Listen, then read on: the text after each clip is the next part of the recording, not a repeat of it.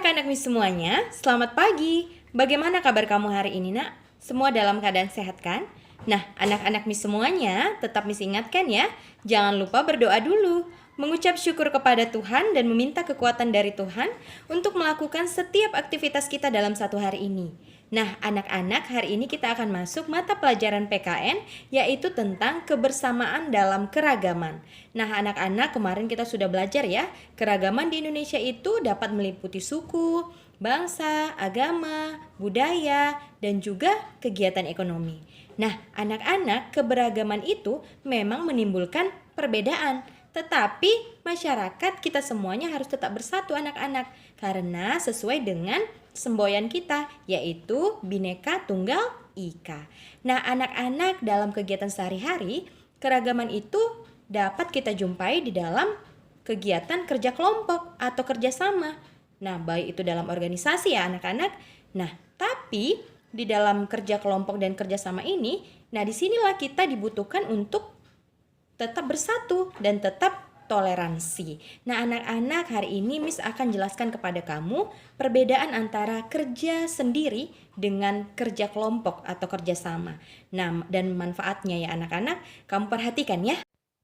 Nah, anak-anak, sebelum kita tahu perbedaan antara bekerja sendiri dan bekerja kelompok, nah di sini Miss akan memberikan kepada kamu hal-hal yang dapat kita lakukan agar kerja kelompok menjadi lebih baik. Yang pertama, memahami dan menyamakan tujuan yang akan dicapai. Yang kedua, memberi kepercayaan satu sama lain agar tercipta suasana yang nyaman. Yang ketiga, menciptakan komunikasi yang terbuka, jujur, dan saling menghormati. Yang keempat, mendengarkan pendapat anggota kelompok lain dan berusaha memahaminya. Yang kelima, mendukung kreativitas dan perbedaan sudut pandang anggota kelompok. Yang keenam, membuat keputusan yang berkualitas dan bertanggung jawab untuk melaksanakannya. Nah, anak-anak, kita bahas mulai dari bekerja seorang diri ya. Kelebihannya antara lain, yang pertama menjadi lebih mandiri. Yang kedua, dapat menentukan sendiri kegiatan dan waktu pekerjaan. Yang ketiga, mudah mengambil keputusan karena hanya pendapat sendiri. Yang keempat, lebih fokus mengerjakan karena tidak terganggu oleh orang lain. Yang kelima, bekerja lebih keras karena bertanggung jawab sendiri atas sebuah pekerjaan. Nah, anak-anak, kamu bisa perhatikan ya.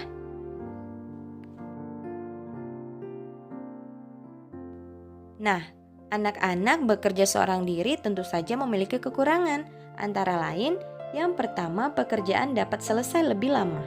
Yang kedua, tidak mendapat bantuan dari orang lain. Yang ketiga, jika hasil pekerjaan atau tugasmu tidak baik, akan ditanggung sendiri. Yang keempat, membosankan dan tidak ada yang memotivasi untuk menyelesaikannya. Yang kelima, hasil pekerjaan kurang maksimal karena kurangnya ide. Nah, anak-anak, sekarang kita masuk pada bekerja kelompok. Tentu saja memiliki kelebihan ya.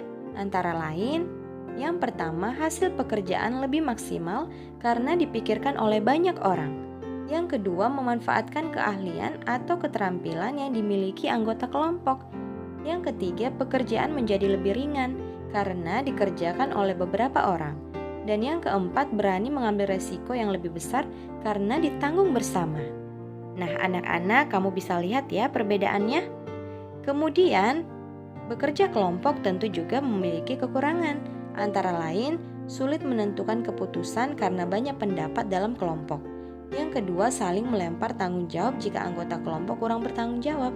Yang ketiga, perbedaan kemampuan, pendidikan, dan kepribadian dapat memunculkan perasaan ditinggalkan. Yang keempat, terjadi partisipasi yang kurang seimbang antar anggota kelompok. Nah, anak-anak, kamu lihat ya nak perbedaannya. Nah, anak-anak, dapat disimpulkan bahwa bekerja secara berkelompok akan lebih baik daripada bekerja sendiri. Terkadang keragaman dapat menyebabkan perselisihan antar anggota. Namun jika kita dapat menerima keragaman ini, maka keragaman semakin memperkuat dan memperkaya bangsa. Bekerja sama dalam keragaman mengajarkan kita untuk bertoleransi. Nah, anak-anak, bagaimana? Kira-kira kamu lebih suka bekerja sendiri atau bekerja kelompok ya?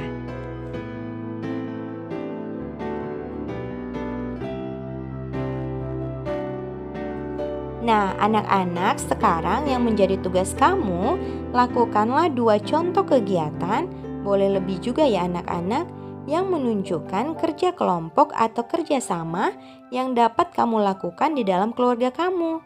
Nah, anak-anak, kamu boleh minta tolong anggota keluarga kamu ya. Boleh itu orang tua, kakak, adik, atau siapa saja yang dapat menjadi partner kamu atau teman kamu dalam bekerja sama. Nah, anak-anak, tugasnya kamu rekam dalam bentuk video ya. Kamu semangat ya nak mengerjakannya? Terima kasih.